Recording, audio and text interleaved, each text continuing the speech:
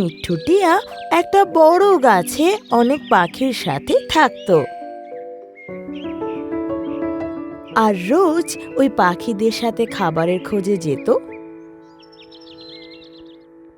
আর বিকেল হতে হতে বাড়ি ফিরে আসতো। আমায় রোজ এদের সাথে যেতে হয় আর রোদের মধ্যে খাবারগুলো খুঁজতে হয়। এমন কি করব আমি যাতে আমায় যেতে হবে না আর খাবারটাও আমার জোগাড় হয়ে যাবে? তখনও ভাবলো যে অন্ধ হওয়ার নাটক করবে আর পরিশ্রম থেকে বেঁচে যাবে। আর ডালে বসে বসে ও চেঁচাতে লাগে, আমি কিছু দেখতে পারছি না। ও ও ও আমি কিছু দেখতে পারছি না। আহ ওর সেই আওয়াজ শুনে সব পাখিরা ওর কাছে চলে আসে। কি হয়ে গেল তোর? আমি চোখে কিছু দেখতেই পারছি না।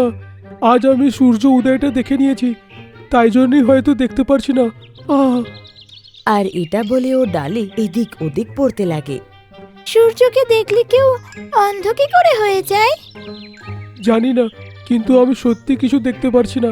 এখন আমি নিজের খাবারের বন্দোবস্ত কি করে করব? ওর এরকম কথা শুনে সব পাখিদের ওর ওপর দয়া হয়। তখন টিনু বলে, মিঠু, তুই একদম চিন্তা করিস না। যতক্ষণ না তোমার চোখের জ্যোতি ফিরে না আসছে ততক্ষণ অবধি আমরা সবাই তোমার খাবারের ব্যবস্থা করব।